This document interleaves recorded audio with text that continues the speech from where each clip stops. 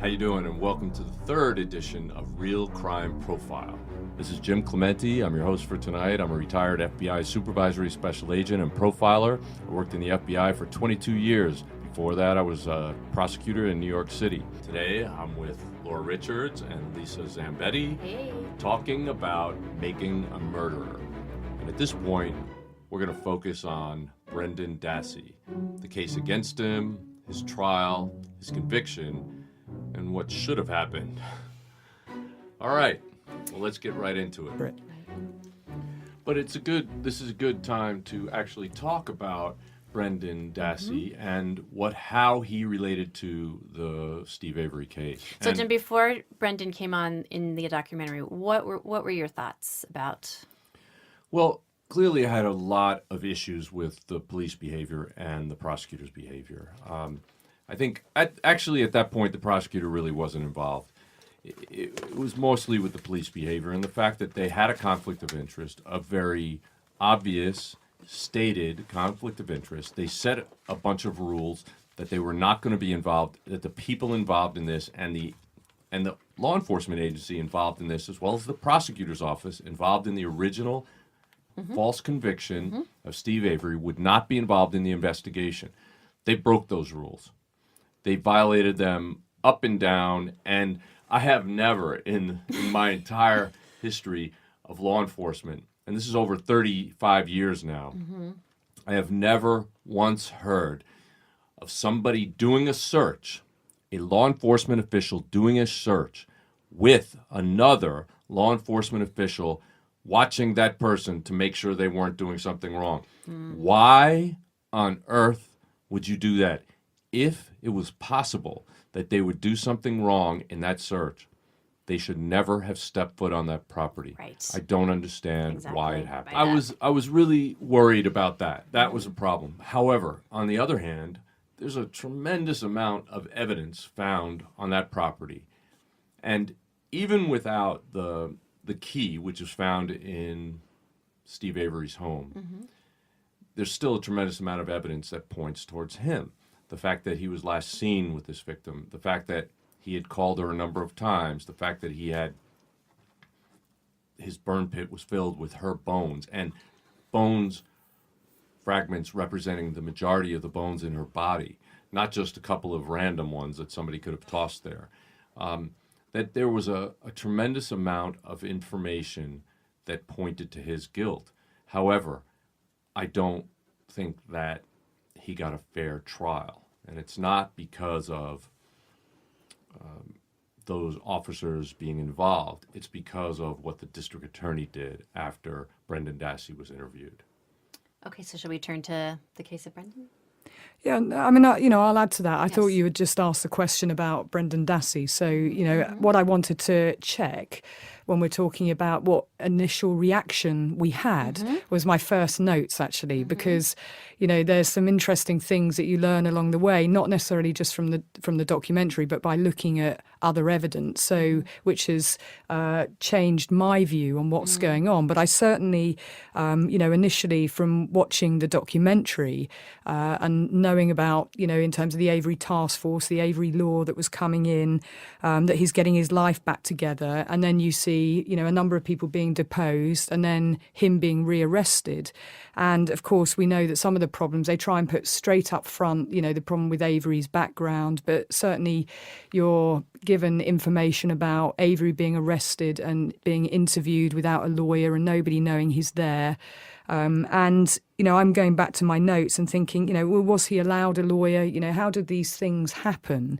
You think it's something that would just almost be impossible, not just one thing, but multiple things that they're getting so wrong, and the conflict of interest, those investigators, as Jim said, back on the property. Certainly, all of those question marks, the blood vial, everything seems to point to the fact that there are at least a number of officers that are certainly out to get Avery and to make sure that he will be found guilty for this crime. And then when you lay it in terms of the prosecutor or the district attorney, Ken Kratz, who decides to hold a press conference before the trial. So again, poisoning the potential juror pool. There were just things that I was writing down of how is this even possible? How's it even happening? But I certainly felt on the balance of everything that I'd heard from the Netflix documentary that there was very clearly, at best, police incompetence, but at worst, a number of people had colluded to make absolutely sure that he was found guilty, which he was. And of course, Brendan's evidence, because his statement was the last piece of evidence, I guess, that was clearly implicating Stephen Avery. And of course, when you hear all of that, for me, it was I was outraged for the two of them, but for different reasons. So when you see the way that Brendan's treated, and again, that's the thing I think people feel incredibly frustrated and angry about, that sense of real injustice of seeing somebody manipulated in that way, that we know that ultimately, the only thing in Brendan's particular case, the only thing really found against him is his own confession, right, which we're going to come on to in terms of how that confession came about. Right. So I think at the conclusion of the documentary, I was fairly convinced that there had been police misconduct. And at the very least, there was police incompetence, not following their own rules about being conflicted out. That was a major problem and should have created a problem in terms of the prosecution. But there were some things that still bothered me about the location of the evidence and the kind of evidence that was found. And I really didn't understand at that point what the theories were. I mean, when we're talking about the case against Stephen Avery, there were certain things that he was charged with that were later dropped. Right. And those were all based on Brendan Dassey's, quote, confession. That's really sort of a branch of this investigation that went horribly wrong, that is not only filled with incompetency, but filled with the perfect example of how even if you don't intend to, you can get a false confession by employing means that would be absolutely legitimate with normal people.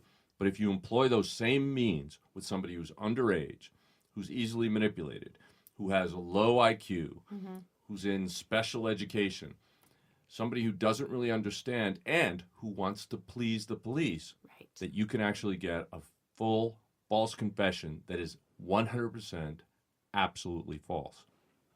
So I think we ought to talk about Brendan Dassey at this point. We should. And I have questions about if that false confession in your mind, is it intentional or is it just part of the procedure that you go down that rabbit hole? Or well, I think that that's something we need to discuss in great detail because Laura and I both have listened to the full you have.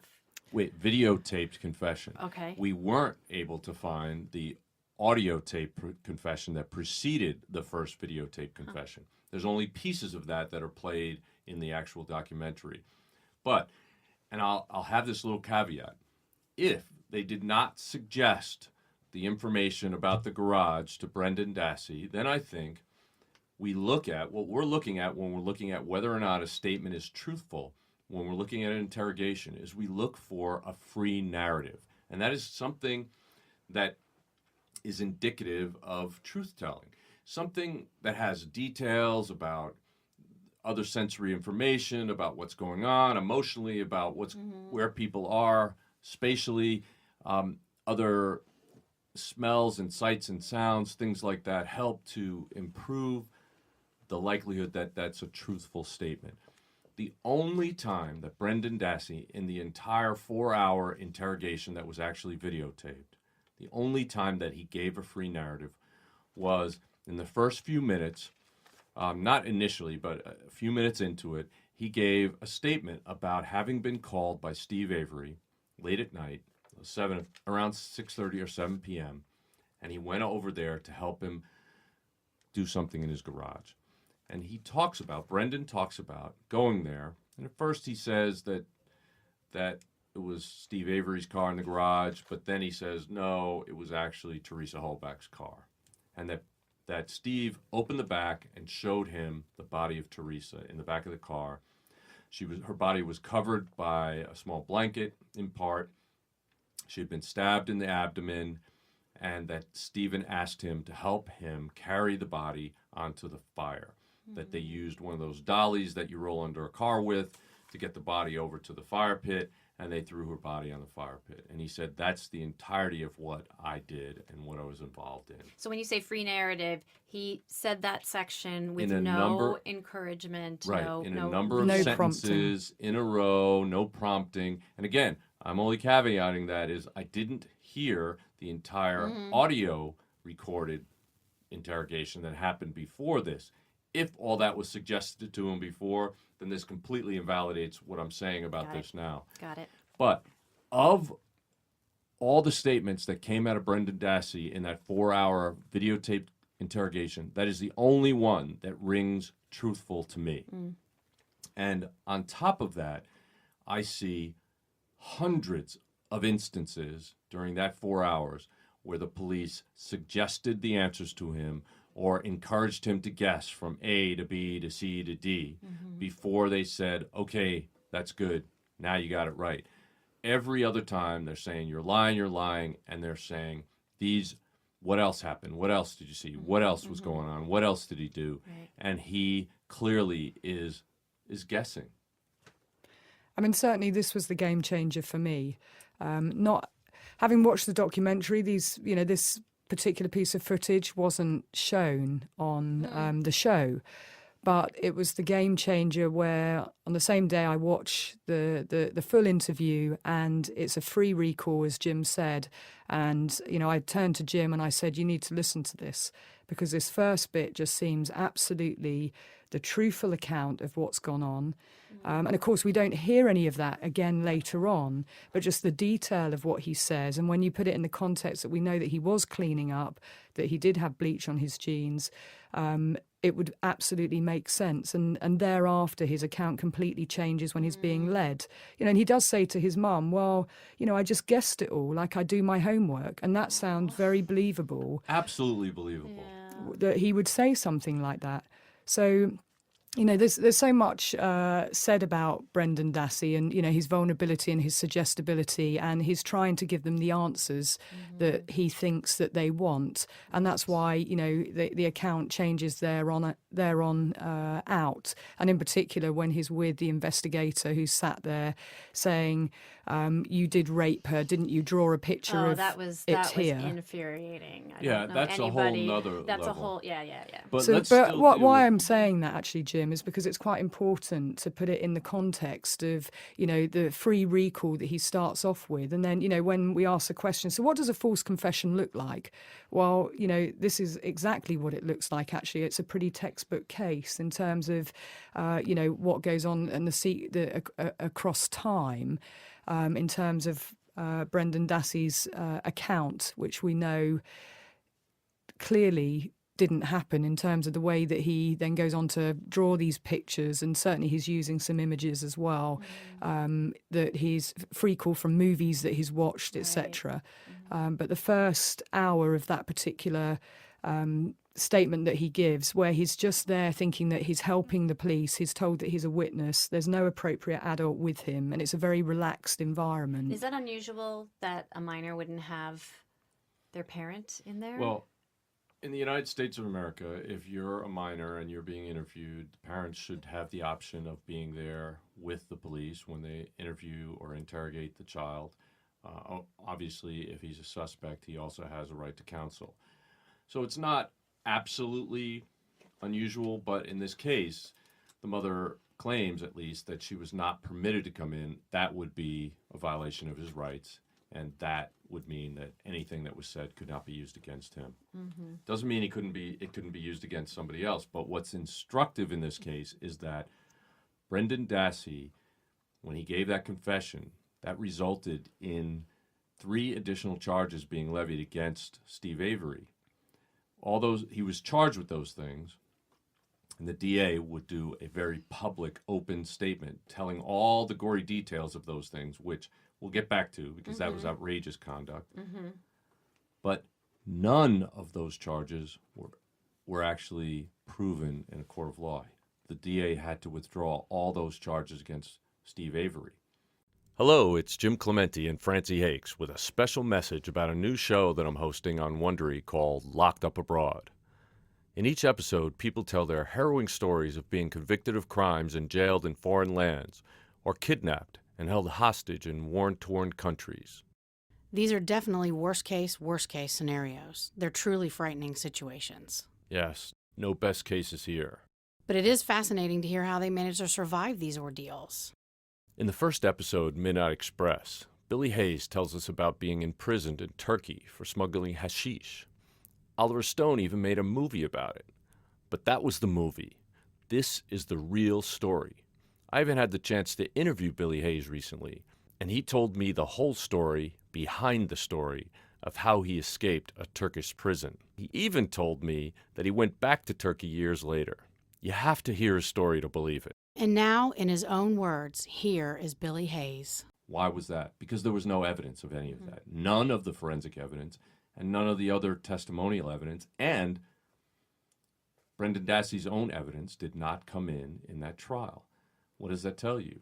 There wasn't a level of confidence about that evidence, yet even though they didn't charge or convict Stephen Avery of any of the things that Brendan Dassey said he did, they still charged and convicted Brendan Dassey of those things. It makes absolutely no sense. And the prosecutor never re-narrated then without Brendan's.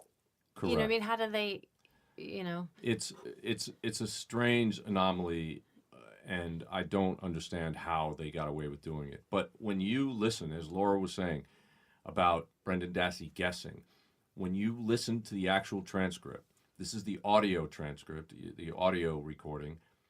And I think it was an inaccurate transcript because they were saying, come on, you must have seen something of her in the fire because the pit was no bigger than this table sitting in front of us. And they kept asking him, and they said he was lying when he said, I know, I didn't see anything. And eventually they said, what did you see? What did you see? And he said, toes? Yeah. And you could hear the inflection going up at the end, like he was guessing. And they said, okay, now you're doing good. And what else did you see? And then he started adding things. So he's just trying to get out of there. He's trying to be helpful. Right. Right. But he also wants to go back to school, doesn't he? He does. So He says, can I get back because I have a sixth period project due? But then it gets worse. And they're getting specific. Okay, tell me what you did to her head. What else was done to her head? And again, he said, cut her hair. And they're like, okay, great, good, that's great. Now, what else did you do? Punched her.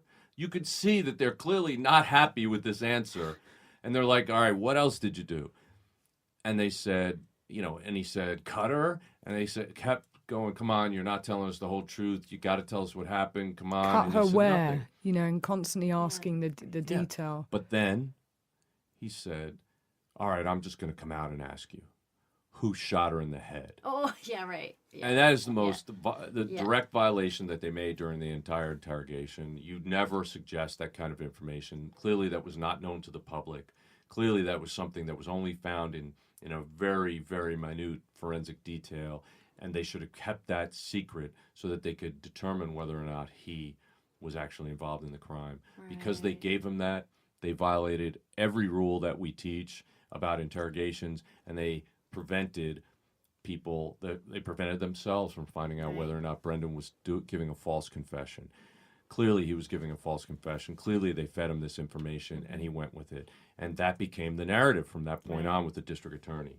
And I think that is actually why Brendan did not get a fair trial at all. Brendan should absolutely not be in jail right now. He should definitely have that conviction overturned because of it. Yeah.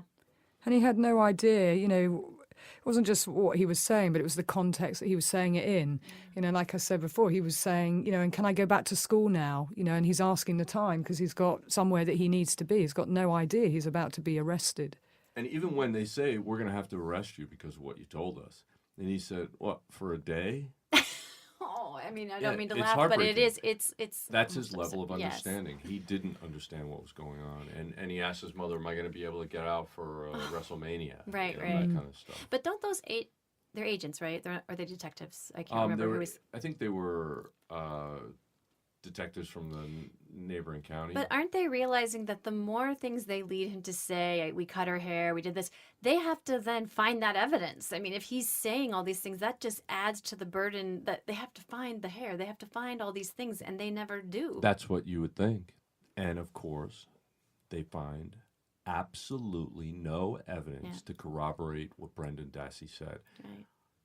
I watched the documentary and saw that trial, the trial against Brendan Dassey, and I didn't see them. Now, it's possible that the documentary did not put in all the evidence against Brendan Dassey, but I didn't see a single piece of corroborating evidence at all. Not a single thing.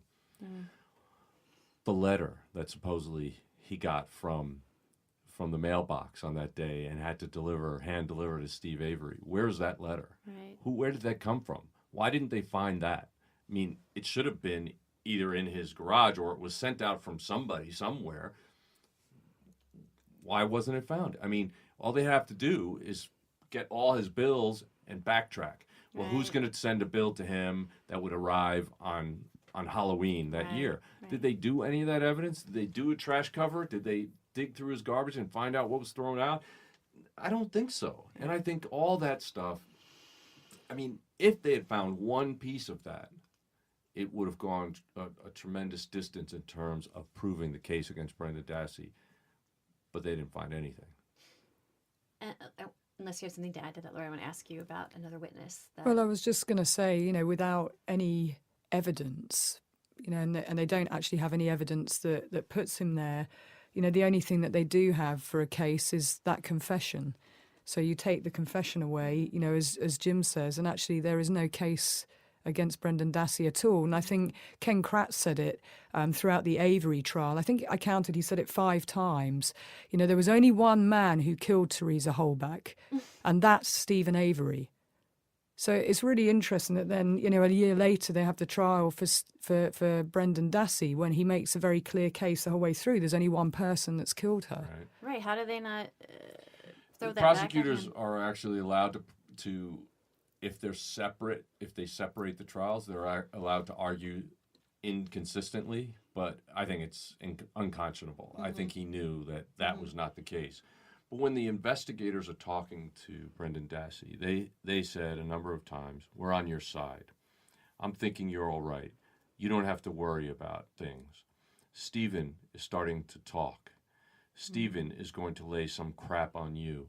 Now, that's exactly the kinds of things that were used in the Central Park jogger case and the West Memphis 3 case, where in those cases they told individual underage guys that their co-defendants were We're saying, ratting on them. Yeah. you did it.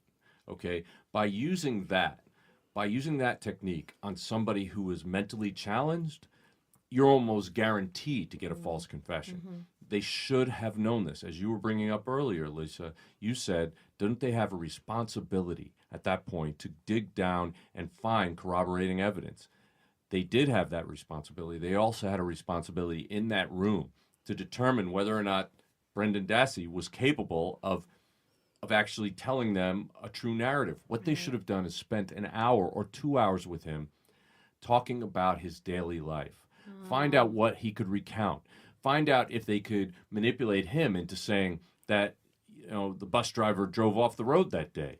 I mean, come on, we saw the tire tracks. You must have driven off. And if he said, yeah, okay, well, then they know that he's easily manipulated. Right, They should have done tests like that because they should have been aware, based on his demeanor, based on his request to go back to school by 1:29. All those things should have they're been just ignoring that. Yeah. red flags that popped up that gave them an indication. Now, maybe they weren't trained well enough. Maybe they never had that school, and maybe they really didn't know what they were doing. But either way, that's either incompetence or deliberate blind eye to something that was happening right in front of them, and it created a false confession that was then used to convict him, and in a way, in the general public, to convict Stephen Avery. Right. And we had a case very similar to this of it was a young girl called Leslie Molseed who was murdered, and someone called Stefan Kisko was actually arrested for it, and he was questioned over 2 days with no lawyer. He was very vulnerable, and he was learning disabled as well, very low IQ, and he confesses after 2 days.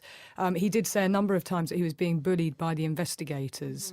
It was a very sad case. He was found not to have committed it, and his conviction, we don't call it was vacated, but he was certainly exonerated when DNA came.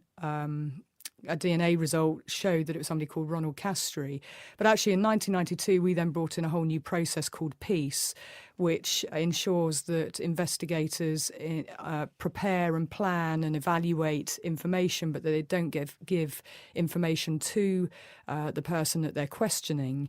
And they certainly allow that person to give free recall. And they ask them to tell the story many times over, because if you're lying, you get cognitive load. And What does that mean? So cognitive load just means it's really hard work to maintain a lie. So, when you're having to maintain a lie, you're having to work quite hard.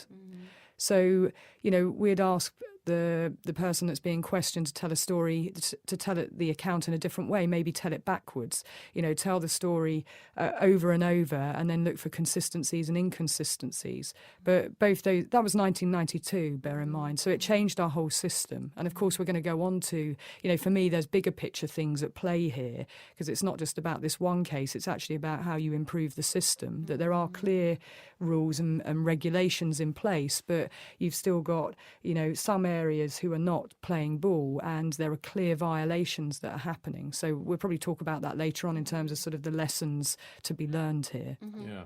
And I think if people out there want to help prevent this from happening again and help really improve the process, we should be dealing with peace here. We should What does be... PEACE stand for? So that's a good question, but I am going to tell you. I mean, like I said, it came in 1992, so that was off the back of numerous miscarriages of justice and false confessions. So, exactly the reason why the system was changed and improved upon. So PEACE is sort of the planning and preparation that the officers have to do before they go into interview. Then engagement, so engaging with the person that you're questioning, explaining, making it very clear to them why they're there and what the process will be. Letting that person give an account and a free-flow account, and asking open questions, not closed questions. Free narrative. Free narrative, which is really important. Closure, and then evaluation. So all of the officers within the various police forces within England and Wales, and there are 42 of them, are all peace trained. We don't have interrogation, incidentally. Ours are interviews. And of They're course, much more polite in the UK. we are indeed. But, and the officers will be looking for consistencies, inconsistencies. Somebody else will be listening to the interview as well. So, they'll be looking for, where somebody's working hard, the cognitive load, as it's called, where, because lies are very difficult to maintain. So, and again, they can't tell untruths. They can't give misinformation or disinformation. That's something that in the United States we're still allowed to do. Detectives, investigating officers, when they're interrogating somebody, are allowed to a point to actually give false information. They can only do that to a point, though. They can't say that, well, we have your DNA, this FBI report that says your DNA was actually at the crime scene or on the murder weapon. They can't make up documentary or physical evidence. What they can do is imply it, though. They can say, what's going to happen? We have somebody searching the car right now. What's going to happen when they find the victim's DNA in your car? How are you going to explain that? They can do things like that. They can mislead to a certain extent. Not when you're dealing with a young, underage kid who is in special education, who is low functioning, has a very low IQ, and is easily manipulated. That is not a time when you can use any kind of manipulation at all, or you shouldn't be able to use any kind of manipulation at all, because you're basically guaranteed to get a false confession if you do it under those circumstances. Yeah, I mean, I think that's a fundamental difference. Our investigators can't bluff, lie, or coerce. But like you said, Jim, when you're talking about young and vulnerable, teenagers, then you have to have an appropriate adult present. You have to give them a lawyer as well, or a right to a lawyer, and explain things properly. But the UK system, is slightly different because, like I said, from our miscarriages of justice, and we did have many, across, well, prior to the 90s, and in 1992 we changed the whole system to try and minimise the amount of cases where this can happen. Okay, so I wanted to ask you, especially Laura, because I know that I think you might have some interesting insight into this. So we saw the whole reason that they got onto the trail of Brendan, it seems to me, is they heard this rumor through his cousin Kayla, that they kind of led them to him in some way, that she had repeated a story after a party. She went to a guidance counselor at school. She did, yeah. And she repeated a story that rang some bells, and it led them to Brendan. So when you saw, she came to the stand later in his trial and testified that she had been making everything up. What did you think of her testimony? Well, firstly, the show kind of gave you a context to that. The reason why Brendan came up seemed to also relate to the fact that they tried through Jodie to turn her almost against Stephen Avery. So there was that context that was given to the viewer, that they had spoken to Jodie a number of times and then they tried Brendan. Jodie says she doesn't want to talk to the investigators anymore, and lo and behold, they turn up at the school and want to question Brendan, although they say to him at that time that he's not a suspect, that he's a witness. So it's all very informal. But I think in terms of Kayla, there's certainly was a suggestion that she had heard things that Brendan had said which implicated him in the murder. But when I watched her evidence, as it were, and she said that she had made that up, well, my first impression of her was that she also was quite vulnerable as a young person, but certainly what she was saying seemed to be true. So the truthful account when she's actually giving evidence, but there's real pressure, borne upon her in terms of, well, which is the truthful account, the first one or the second one. But I certainly felt that what she was saying, that she did make it up. Maybe she didn't understand the seriousness of what she was saying, and that it was implicating Brendan. And, these were all things that maybe, she just enjoyed the attention at the time, but she had no real understanding about the consequences of what she was saying. Jim, what did you think? Yeah, and I think when she was testifying and when the defense attorney brought up the document that memorialized the information that she had given to detectives earlier, you could see the blood rising in her face. You could start seeing the patches, the red patches, that she was under stress, and it looked like she was about to break into tears. And she did, in fact, break into tears. I think that was very genuine. I don't think that's, I would say almost certainly she could not have faked that. But it's just, what is the nature of why she was feeling that way? And I believe, based on what she said, that she did, in fact, make it up because she said, I was confused. And why would she have been confused? Well, it actually goes back to that same district attorney, Kratz, who made a public statement, a very public statement about these horrific things. He said that Brendan raped Teresa. He said that Brendan helped cut her throat, helped burn her body, helped do all these horrific things to her. So she was very upset with that. She thought her cousin had done this, and so maybe she just wanted, as Laura said, some attention. I mean, she was probably very distressed by this. This is her family. She wanted to separate herself from these evil people in her family. And so she made up a story to kind of bridge that gap, to make her feel like she's being part of the solution and not part of the problem. But clearly, when she was on that stand and she said, I made it all up, she did not exhibit any of the indicators that I would think that she was lying at that time. I think it was a very heartfelt and really emotional moment for her. It was a very true account, and you could see that emotionally where she was, and being young and vulnerable, you could see it was absolutely transparent. But I think the important thing about that press conference that you mentioned, Jim, was that was actually pre-trial, wasn't it? Yes. Where Ken Kratz, the DA, decides to hold a press conference before the trial, which is absolutely incredulous. I mean, I've certainly never seen that before. I don't know if you have, Jim. It's very extremely rare. Extremely rare. Prosecutors normally will not do it because then if they don't actually prove what they say in the press conference, it hurts their case. Also, most prosecutors care about not poisoning the jury pool. In this case, he did both of those things. Right. I mean, he violated the number one rule of an investigation, which is don't put out information while an investigation is going on that could then just come back to you reiterating what you're telling everybody. And that seems to be what happened Exactly in the case of what this young happened girl. with Kayla. I mean, certainly, you know, in the UK, it's sub judice, but pre-trial, all the detail and information is sub judice. And what? sub judice, as in Sub judice. you cannot discuss it prior to it actually going to trial, the details of what's gone on. And she is not a sophisticated, mature woman. This is a 15-year-old girl. She doesn't have the sophistication level, I believe, Right. to have gotten up on the stand and said, I'm going to strategically withdraw the information and say that what I said was untrue, that I made it up. I don't believe that she had the sophistication to be able to do that. What she did was she broke it down in tears because she was caught in a lie earlier, that Right. she had lied to the detectives because she had lied to her guidance counselor. She didn't really understand, as Laura said, the significance of what she was saying.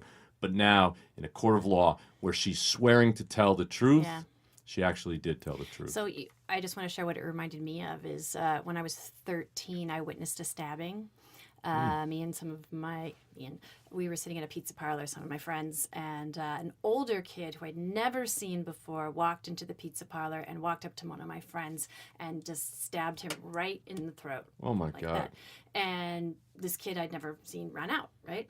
And so we're all in shock. And before the police can arrive, a lot of other kids kind of wander in, and we're all milling about. And the story is just, being shared, right? So the cops arrive, and they're like, "Okay, who can tell us what happened?"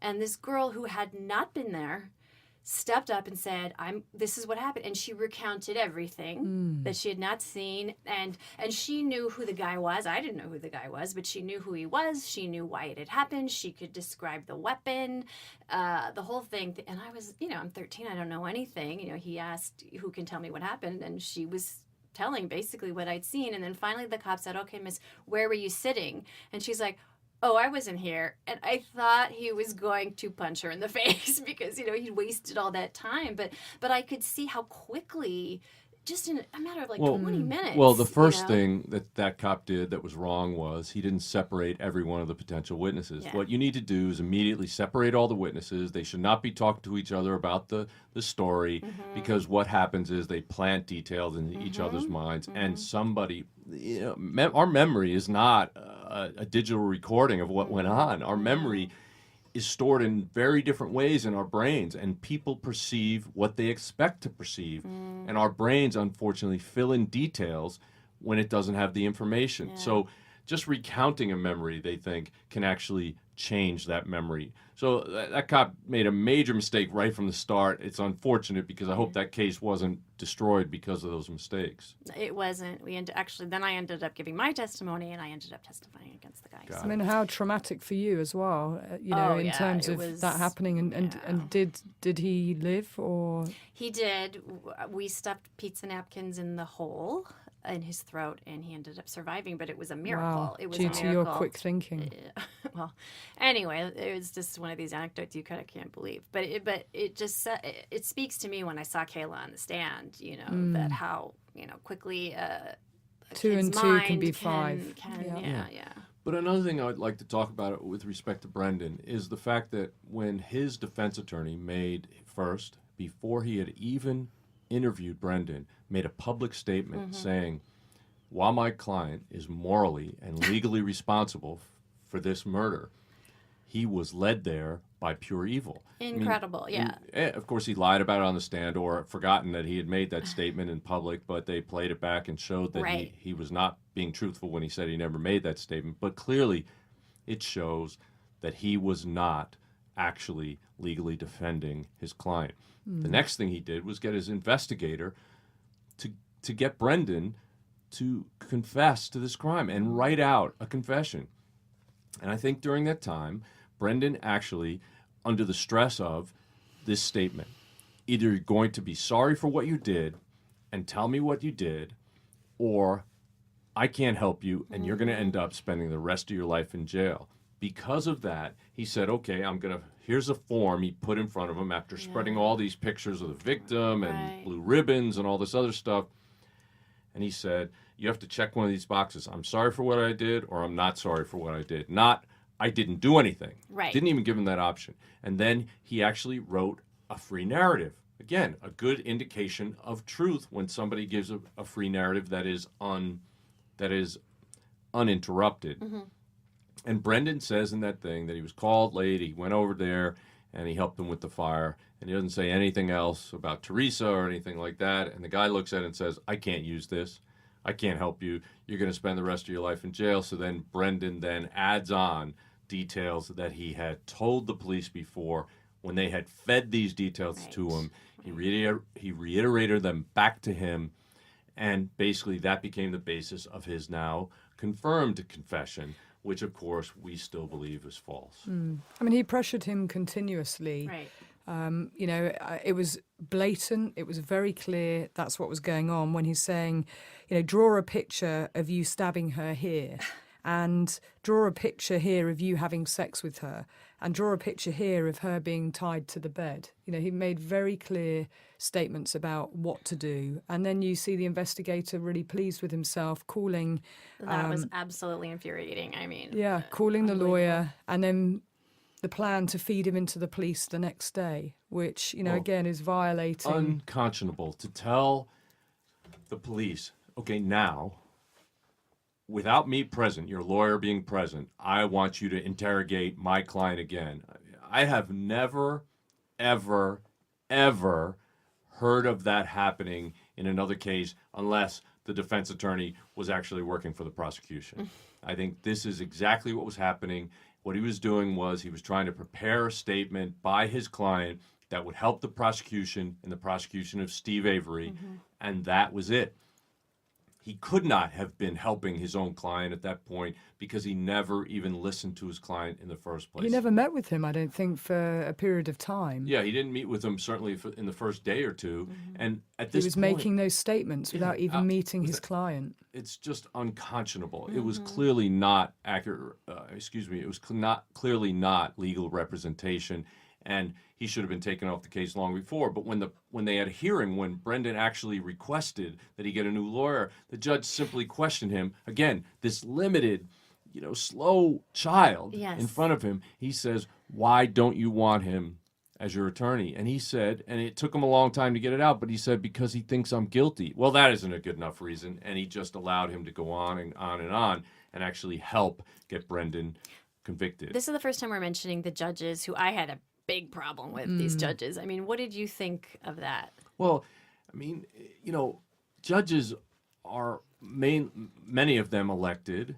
and they work with these guys all the time. And this is a small community, Right. and I think that they're used to just seeing criminals come and go, and they don't really give a damn about criminals, and they work with the lawyers all the time. And I think in this case, the decisions that the judges made were just very law enforcement oriented, which I don't mind if you have a guilty defendant there, if you have somebody who committed the crime. But the judges are supposed to be the arbiter of what is admissible and what isn't admissible, what is good conduct and what is not good conduct on the part of the investigators and the prosecutors. And I think in this case, they seem to have, and again, all I've seen is what was shown us in the documentary, but they seem to have bent over backwards to please the prosecution. I think it was an incredible decision in terms of how that confession was coerced for the judge to allow that, because without the confession there wouldn't have been a case. And I think certainly Dassey had written to the judge as well and said very clearly that he didn't do it. But when you twin it with the fact that all the previous of the defence lawyer not even meeting with his client, the fact that the investigator coerces his own the investigator for his own defence counsel coerces the confession. All of those things which only seem to come out later on. I was surprised the judge didn't know that earlier, but some of those decisions are, incredible. I also think, going back to Avery, it was a very odd situation that it was the same judge who sat in on his appeal.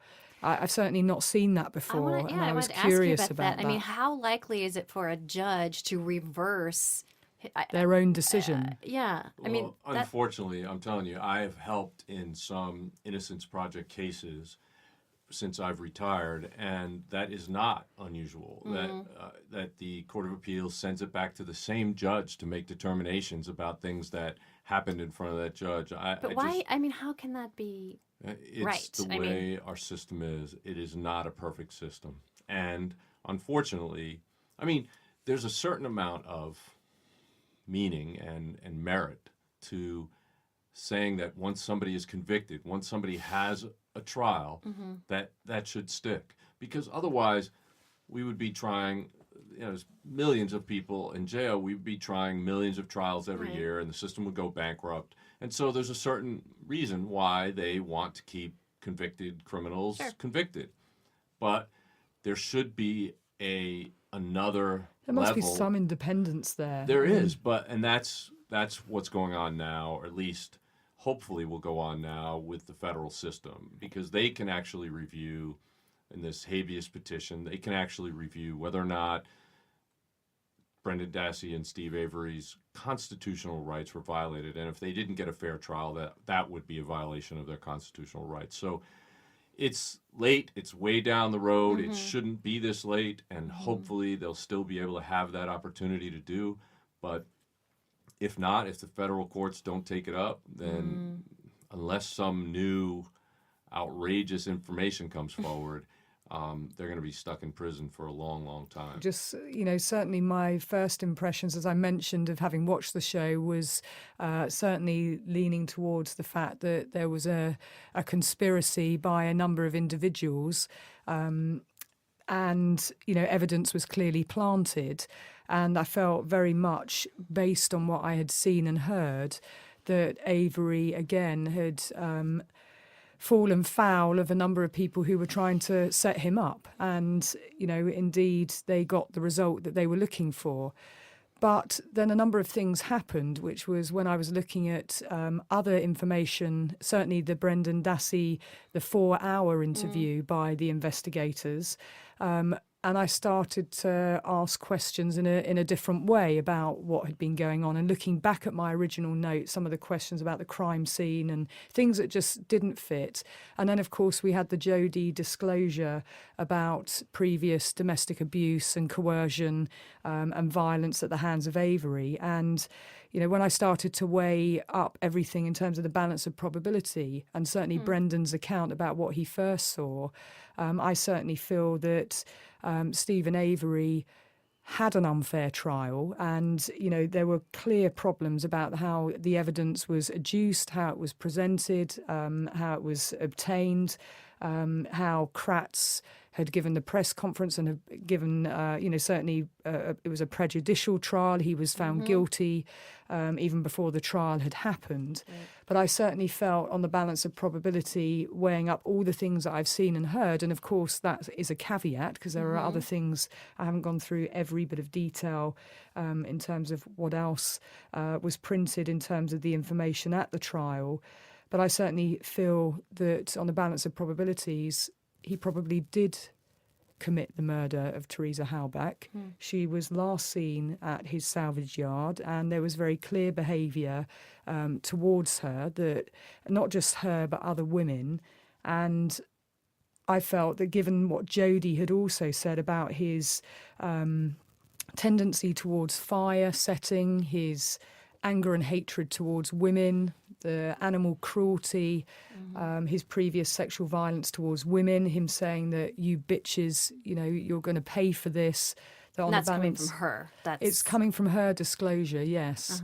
But I've worked with thousands of victims of domestic violence, and I felt her account was truthful and certainly gave a very different picture of Stephen Avery, and one I felt I wondered whether that was lurking beneath the surface. So it's all the things together in terms of how he was behaving. But I certainly think, having worked with many victims of domestic violence and stalking and what we call coercive control, that Jodie was being coercively controlled by him, and I felt that her account was genuine.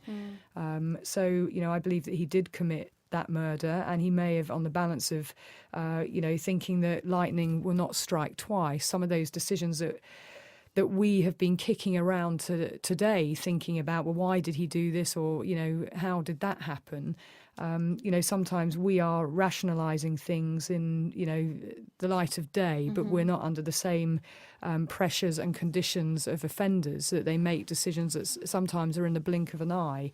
But I think certainly he went from sort of villain to hero in a 18 years serving his time, and then he's standing on the shoulders of governors and senators and being held up as this incredible person, this miscarriage of justice. And maybe he felt that he was Teflon and bulletproof, and certainly not being able to see Jodie that day, feeling that women owed him. I think there's a lot of contextual things that we talked about in the first podcast, that drawing it all together, that's where I am on the balance of probabilities. But of course, he never had a fair trial. Right. Jim? Yeah, and let me just start with Brendan Dassey, because I think that's a much more clear-cut case. I think Brendan gave a false confession. It is the only reason why he was convicted, and I think that conviction should be vacated. I don't even think he should be given another trial. I think the conviction and the confession should just be vacated completely. But how could he be given another trial when the whole world is talking about, would it ever be a fair trial? I mean, I'm just throwing that out there because people were talking about, him having a retrial, but how could it ever be? Well, I think for Brendan, I don't think he should be retried. That's what I'm saying. No, I do not think absolutely. he should be tried. I do believe that at the worst, Brendan Dassey was a witness to a crime committed by Steve Avery, and After the fact. he may have, after the fact, helped him dispose of the body or help burn the body when it was on the fire already. And that's, again, I'd have to know exactly what went on in that first interview of Brendan Dassey, but based on the information I have today, I think at worst he was a witness to a crime and may have been an accessory after the fact. But being 16 years of age at the time and being in a position of being manipulated by his uncle, I think he was probably not criminally responsible, and certainly would have been out of jail by the time he turned 21 if he was convicted as a youthful offender. But if we're talking about Steve Avery, it's a totally different situation. And I know a lot of people talk about, well, if there was a conspiracy, it would have to be this huge conspiracy and everybody would have had to have been part of it. And I think that's absolutely not true. I think in this case, there would only have to have been 2 or 3 people involved in a conspiracy. And I think Detective Lenk and Officer Colburn would have been major components of that. And I think separate from that, but also contributing to it, would have had to have been the edict of the chief of police. If the chief of police really wanted to get this guy, then I think, like happened in the first instance, then anybody under him would have tried to make sure they got this guy. But in this case, I think that they had a conflict of interest that they violated repeatedly, and that means that I think the key and the key fob should have been thrown out as evidence. I think the bullet that was found after Lenk had been back in that garage should have been thrown out as evidence. This is called contamination. And whether they did anything or not, they contaminated the scene by being there. So I think all that stuff should be excluded in a new trial. But I think that despite the fact that it would be difficult to get a jury that hasn't formed an opinion about this, I think they should have the opportunity to have a new venue, a venue change, not be in their county or the county next door, but be somewhere all the way across state. And maybe it's impossible to find a jury that doesn't know enough about this case or who hasn't been tainted by the information that prosecutor gave out freely before the trial. Right. I think he has poisoned the jury pool, and that's why prosecutors do not do that kind of a public statement before a trial during the investigation. It's just outrageous. So DA Kratz, I think, actually did more damage to this case than any of the investigators did, and that's very unfortunate. But a lot of people also ask, but wait a minute, Steve Avery had just gotten out of jail a year or so before this. His life was looking up. He had a new girlfriend, was going to get married. He was about to at least win some money from this lawsuit. Why would he do something like this? That's ridiculous. Everything was going well for him. Well, we all know in psychology and behavioral analysis that when you're under stress, you act to your extremes. You do extreme things. You don't necessarily think things through, and you don't necessarily act according to your normal behavioral patterns. But what people don't know is that there are two types of stress. There's distress, when negative things are happening to you. When you have so much piling up on you, you can act out in a very unusual manner. You can snap at people. You can be more violent. You can do things that you wouldn't normally do. But the other end of that spectrum is called eustress, euphoric stress. When things are going great for you, it's also a stressor. And when you've actually accomplished your goals or everything looks good, you can actually act in the same extreme way as if you were under extreme duress. And I believe this may be what happened here. You actually feel euphoric, that you are bulletproof, that nothing is ever going to go wrong. And so, hey, I finally got exonerated from the first trial. 18 years I spent in prison, and I was building up this hatred and anger towards women, which if his fiance's statement is truthful, he said to her, bitches owe me. In general, women just owe me. And if his behavior, if you look at his behavior that was reported, that he was masturbating in public, that he was having sex in public, that he was going after women aggressively, that he would show up in his towel, those kinds of behaviors, if you take them to the extreme, if he believed that women owed him, then I believe he could have made a play for Teresa Holback, which she rejected him, and he got very angry as a result of that. Okay, so you think that so that's what you think it was. It wasn't a premeditated, I'm going to kill her. I do not. No, okay. I think I want to make a play for her. I don't think at all that he intended to kill her that day. Oh, okay. I think he would have tried to get her to have sex with him, and she would have rejected that and fought him, and he would have fought back and killed her as a result of that. I mean, he clearly liked her because we know that he had called her 3 times that day and she had reported his behaviour to her boss. So, that was exactly my view in terms of what had probably happened.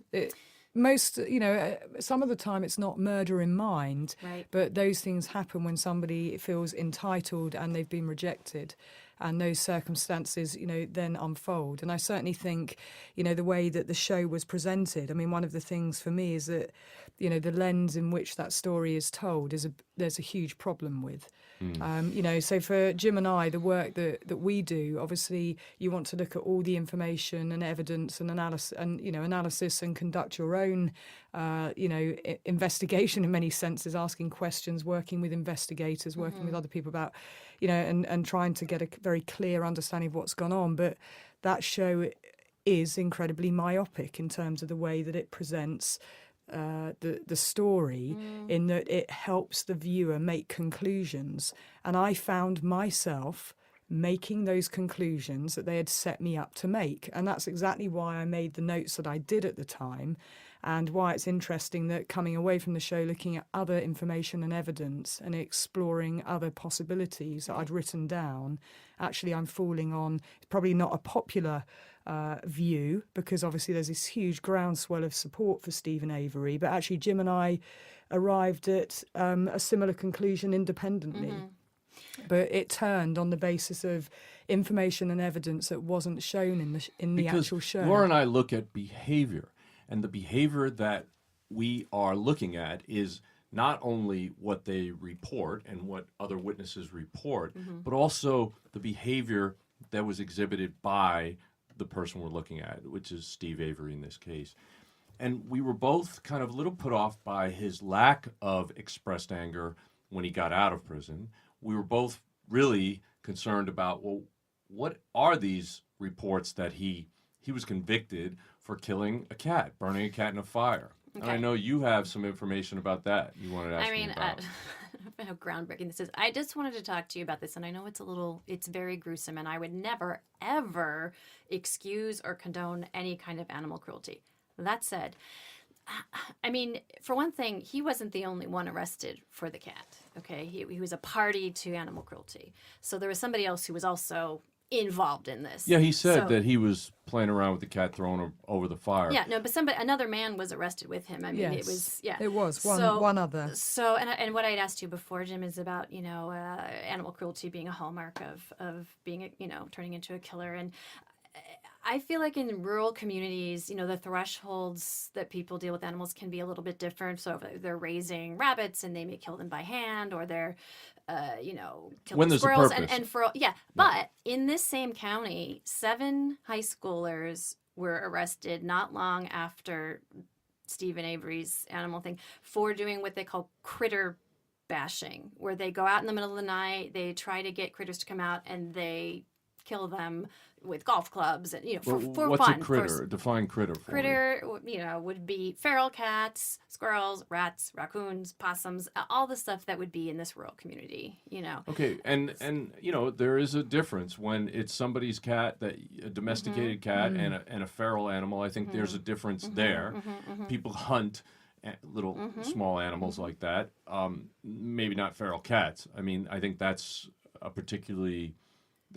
an extreme version of hunting. I don't know that people go out and hunt feral cats. They would hunt squirrels and muskrats and all sorts of things for food or for just target practice, I guess, in certain places. The only reason I bring this up is it's brought up again and again, the animal cruelty bit as being. All we're saying is when we're reverse engineering back from the kind of crime that we have here, and we would expect this crime to have been committed by somebody who has some level of criminal sophistication, but not a high level of intelligence. Somebody who has a history of violence toward women, acting out sexually. Somebody who may have a history of fire setting, enuresis, and cruelty to animals. So we look back and we say, all right, let's look at the suspect pool. Who has these things?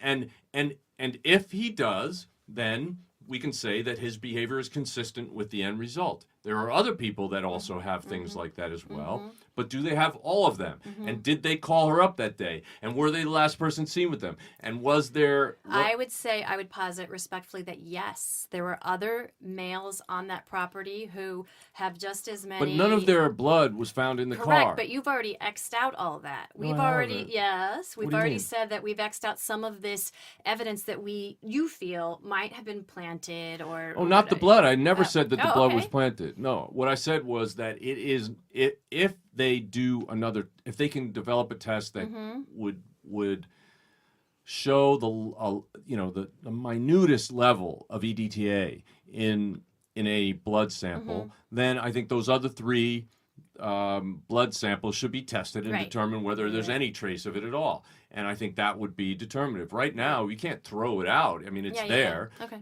And on top of that, his DNA is under the hood latch. Okay, that's another place that's another type of evidence. It's his skin cells that were there. What possible reason could they be there? They weren't in a test tube in the police lab. They weren't in the file. How did they collect his skin cells and put them there? And we're sure that it was a properly handled test. In that case, there was no indication that the sample was corrupted. But anyway, there is forensic evidence there, and I think the most damning of which is the multiplicity of bones in his fire pit behind his house.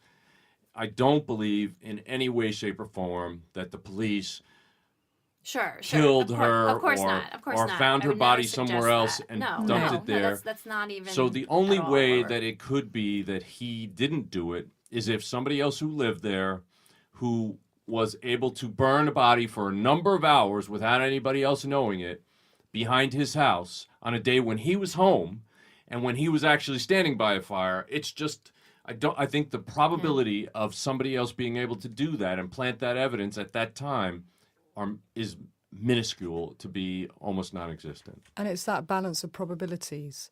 You know, and I don't think we should have what is called an epistemic imbalance. I know that's a big word, Oh my but goodness. leaning towards one thing on its own. And you've kind of centered around, you know, the animal abuse. Oh, no, but yeah. I still want to weigh in again on that because we are talking about a family cat, and we are talking about him pouring gasoline with another on a family cat and setting it alight and then it's throwing it on the horrible. bonfire. No, of course. Now, when people do things like that, you know, yes, you can get young boys who are messing around, because it is predominantly boys who do that kind of thing, you know, experimenting in inverted commas.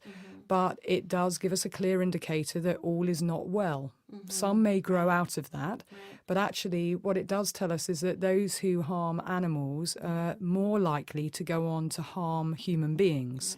So as Jim said, it's just an indicator. It's something that, you know, if you heard about people doing that, no matter where they are in the country or where they are in the world, there is a clear problem going on, and you would want to try and get into some form of early intervention, you know, whatever that might be. But of course, in some places it can be normed out. But it is a family cat, and it's not about going out hunting or doing something for purpose or, you know, messing around. And even though there is one other person involved, that does not take away the fact. Absolutely. I guess I was just asking if, you know, if there's behavior where somebody's in private and killing an animal, mutilating it time after time in secret and private, and then that's discovered, It's as not opposed to normally- it being like a public, No, wilding and it's not kind of a- normally in secret or public. And the other thing I just want to make clear is that there is a link to domestic abuse as well when there's animal cruelty.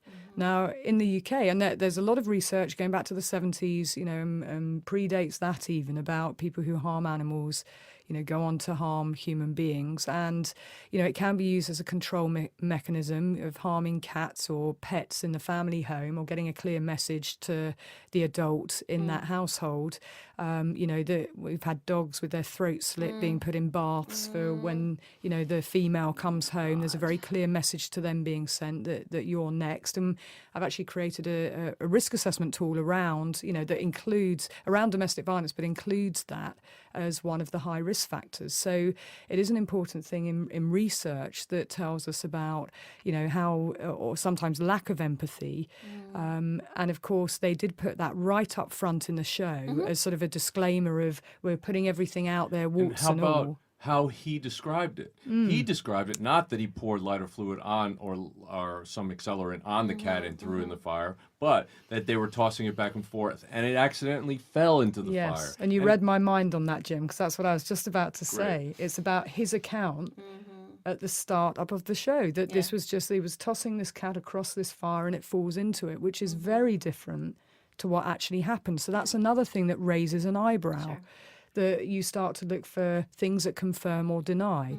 And of course, you know, the show, as they claim, is not about finding guilt or innocent. It's about presenting the facts and the evidence. But what they have done is put it through a very myopic lens, which, you know, for our work, Jim and I, we don't look at forming a conclusion of the who. You just look at all the information, the evidence and the facts. The why and the how will lead you to who. And what we try to do is withhold judgment till the very end. And that was very difficult with this documentary because, as Laura said, they really were trying to corral everybody's thoughts and emotions one direction. Wow, and you may not see that because Yeah. you haven't actually investigated thousands of cases over the last 30 years, as Laura and I have. I'm sure, but I have seen a lot of documentaries, and I have worked on quite a few.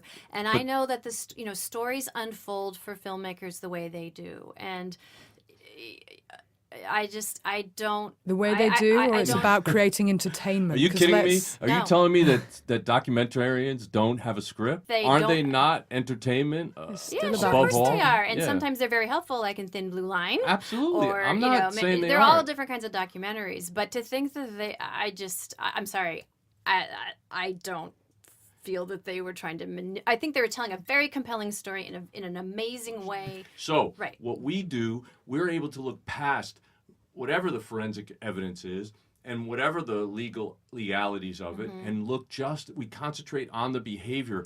And then that is explained or contradicted by whatever the physical evidence is.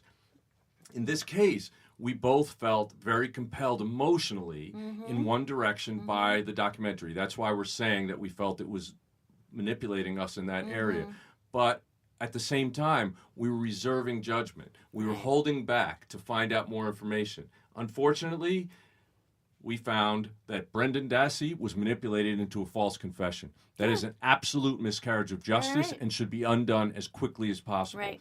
At the same time, we felt that Steve Avery was not given a fair trial. And no matter what evidence we have found against him that we feel makes him guilty of this underlying crime, we believe wholeheartedly he should get another trial because he did not have an unbiased jury. That jury was definitely poisoned by the district attorney. Oh, yeah. Period. Major problem, guilty before the trial. And so it just cannot stand on its own, no matter what our thoughts and conclusions are thereafter.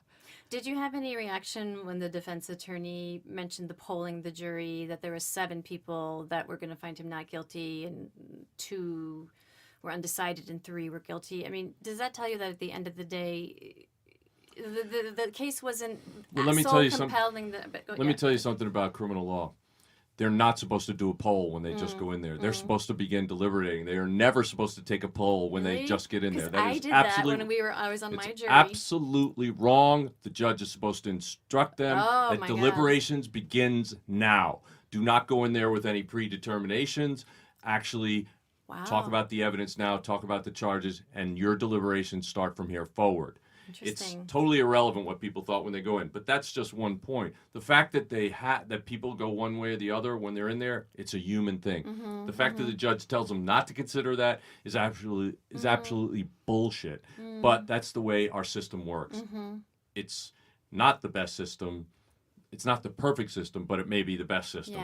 And I guess that's another important point, actually, Jim, isn't it? You know, everybody's human, you know, and we forget that part. We talk about systems and processes in a very clinical way, but then you get the human being element, the emotional element, everything else that comes into it. That, you know, of course, no system will ever be perfect. And, you know, any system, we've talked a lot about the police officers and what they did here and the prosecutors and things that they shouldn't have done. But there's always good and bad. And, you know, in any walk of life, there's always going to be good and bad. And I think the really important things to take away from this also about the learning. You know, how do you change the system? How do you improve it? How do you make it better so that we don't keep seeing these huge injustices, you know, and these miscarriages of justice where people, you know, 18 years spending that time inside, you know, and the whole show is about making a murderer. But did it turn him into that person?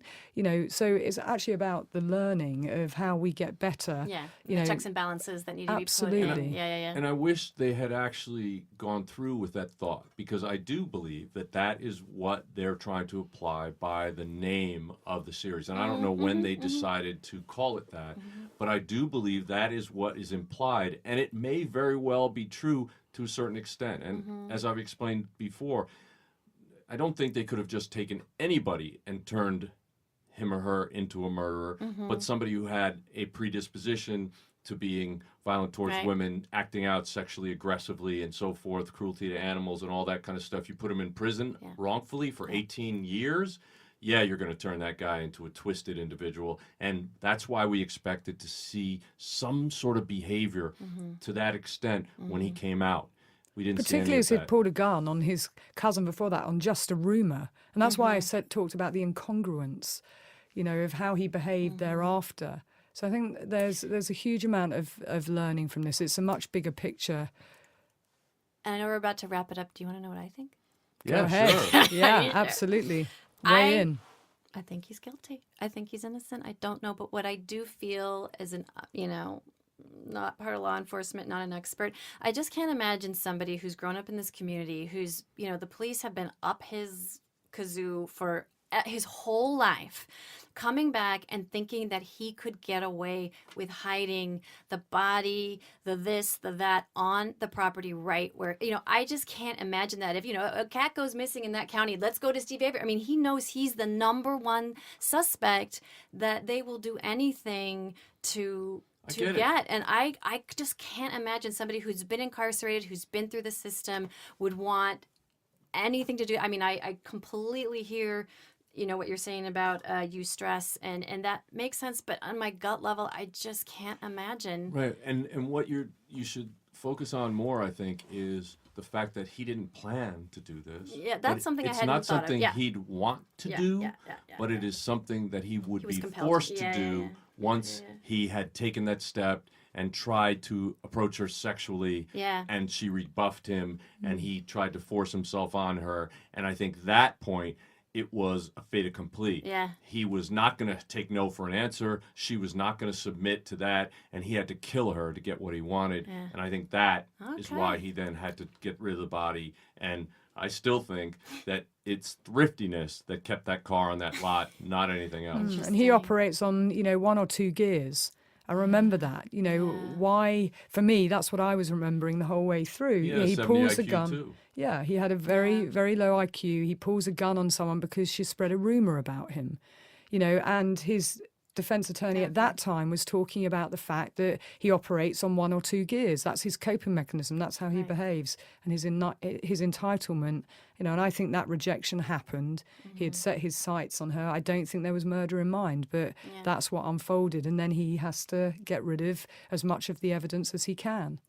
Well, you guys, this has been an amazing conversation. Yeah. And I really, you changed my mind, Jimmy. I got to tell you. Well, I never thought of that. And I think it's really interesting. Anyway, this has been a fascinating conversation. Thank you both. And I want to thank you, Lisa, for helping us out with this and giving us those really important insights that we may not see anymore because we're so focused on behavior. But Laura and I have really enjoyed this. I've enjoyed having you here, Laura. Thank you so much.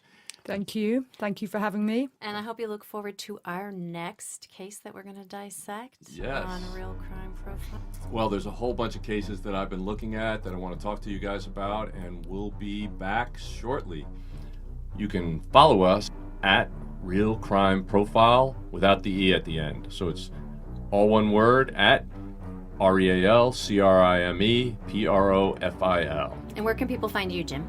I'm at JimClemente.com and at Jim Clemente on Twitter. And my guests today are Laura Richards. And you can find me on Twitter at LauraRichards99 and www.laurarichards.co.uk. And Lisa Zambetti. And you can't find me anywhere, but you can tune into Criminal Minds on CBS Wednesdays at 9 o'clock. 9 o'clock. Thank you so much for listening in. This is Jim Clemente at Real Crime Profile with Laura Richards and Lisa Zambetti. Real Crime Profile is produced and edited by Paul Francis Sullivan, engineered by Jacob Moose Molin. Music is composed and performed by Simba Sumba.